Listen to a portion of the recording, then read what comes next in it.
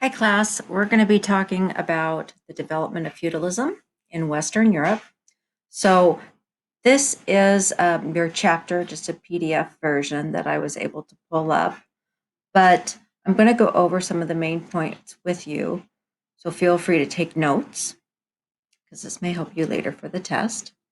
I'm going to start with just that why feudalism developed. And it basically developed out of a need for protection from invaders. And it was really being threatened by all kinds of barbarians, primarily Muslims, Magyars, and Vikings. And as you know, after the collapse of the Roman Empire, people were in need of protection, and they had to work pretty hard to survive and even to have enough food. During this time period, we had some people come in power, one being Clovis. And he was king of the Franks, and he helped to spread Christianity by marrying a Christian woman and being baptized in the Catholic Church. Now, the reason why he kind of encouraged the spread of Catholicism and Christianity was um, because of his wife. Now, many of his followers also became Christians, but it was Charlemagne who actually came after Clovis, who really united all of Europe. He kind of made Europe one single empire under a Christian faith. And Pope Leo III was the pope that really supported Charlemagne and then crowned him Holy Roman Emperor. Now, during this time period, this is the beginning of really the Middle Ages when we see that the church ruled the state. Feudalism was based on a system of loyalty. So monarchs, they were at the very top. What they did was they gave land to people that were loyal to them. Those people were called the lords, who also became then their vassals, almost like their followers. Now, in return, what the lords would do was promise to supply the monarchs with knights to use for war. So you had the monarchs who said, hey, we're going to give you some land, you guys, if you protect us. And they said, sure, we will. And we're going to get these knights and we're going to keep you guys safe. Now, the lords then enlisted lesser lords to be their own vassals, like their own followers, to help them out. So you had a system where you had the monarch at the very top, which was the king, who was kind of chosen by the Pope. Then you had the lords that were in charge of the knights. You had the knights. And then at the very bottom were what were called the peasants, like all of us. We are the peasants. And they were really the majority of the people during feudal times. Their jobs was to work the land, produce the food. They were the physical labor. And they really made everything for the manor. Now, during this time period, people lived in manors. They were like small towns.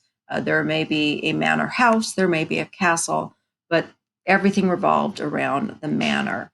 And even, horse stables, merchants, blacksmiths, all this, just like a little town.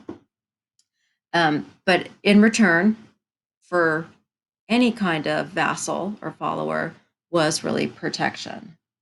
Now, even below the peasants were serfs. See, peasants could own land and work on land and keep what was on their land.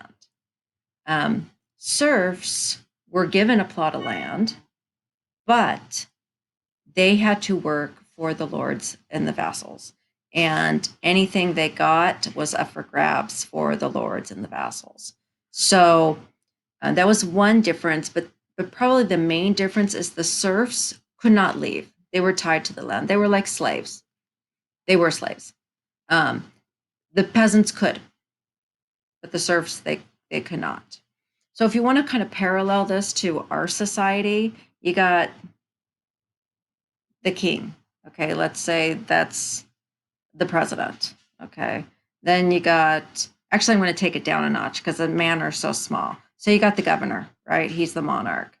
And then he's got everybody that's kind of in government, all the mayors of the cities that kind of follow him, and the the senators and the House of Representatives that kind of work with him within the government of the state. Then below them, they have their knights. And those knights would be our police officers, our firefighters, maybe even our military that work to protect our country and to protect, of course, the higher ups, the mayors, the city councilmen, the government officials. Then comes the peasants, us, okay, just the normal class. We're just the working people. And what would be below us as the serfs, I parallel to being those people that are in prison. They have food and water and a place to live, but they're tied to the prison. They can't just leave. This is actually a really interesting chapter to me, because we see this system. Now it does actually decline and go away, but for a while, this is the hierarchy. Oops. Now, if you look at those classes, I guess I already went through those, but the monarchs, they're the nobility. They rule the kingdom. The lords, they're nobility, but they supplied the monarch with protection, lived on the manors. Knights, they're the mounted soldiers, the vassals to the lords. And then, as I said, the peasants that worked the land, the skilled labor, the merchants, the small business owners, and then the unfree serfs, which would be, like we said, the prisoners. Now, monarchs, they justified their power through the idea of what was called the divine right of kings, which means which means that they believed God gave them the right to rule. Because if the Pope chose them to be the leader, God was choosing them to be the leader. It was their divine right. So they looked at themselves as being pretty powerful.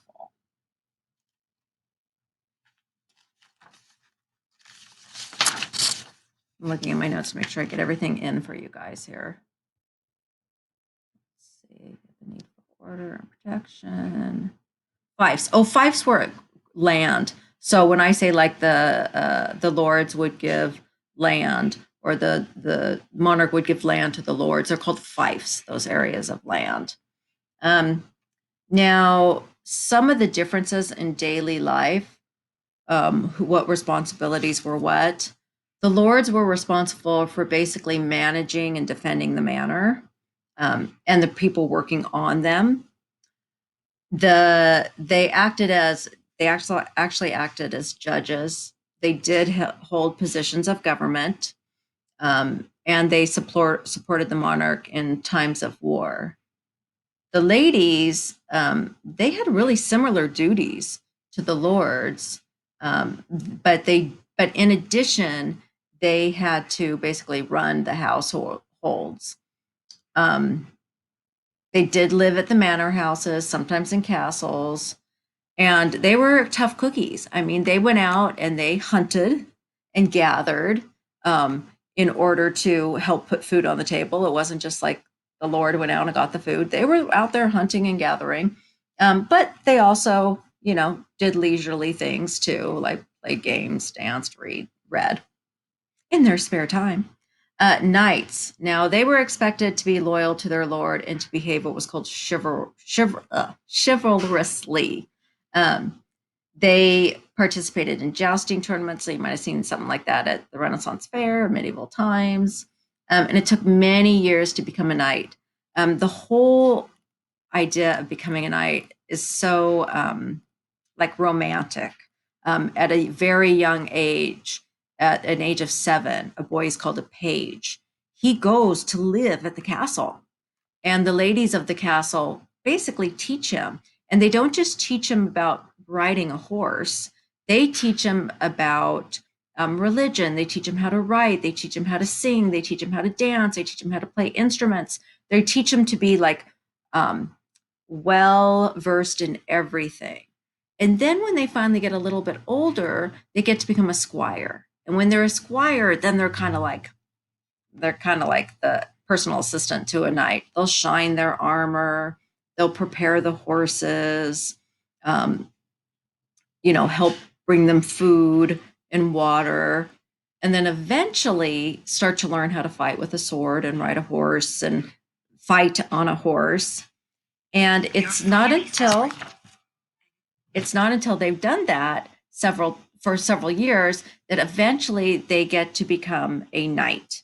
And that is a special ceremony where they are knighted into their knighthood, and the knight will tap him on the shoulder in this very special religious ceremony. However, if they're in battle and the squire has defended the knight or saved his life, it may happen right then and there in battle, which is kind of cool.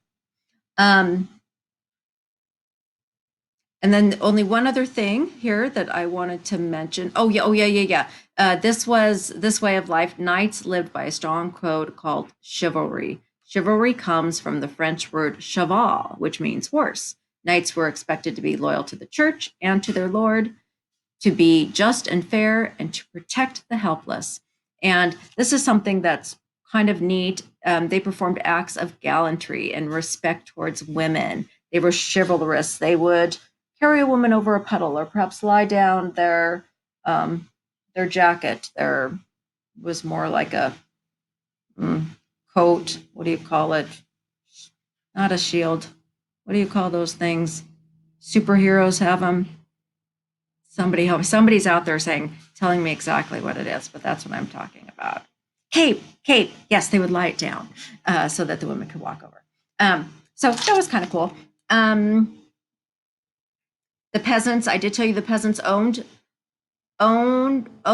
they did owe rent to the lord for the land they farmed.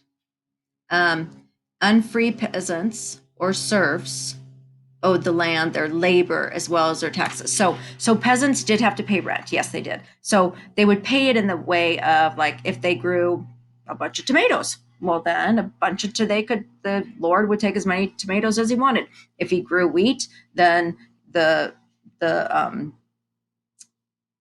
king would take, or a lord would take, as much wheat as they wanted from them. And the same thing would happen basically for the the serfs as well.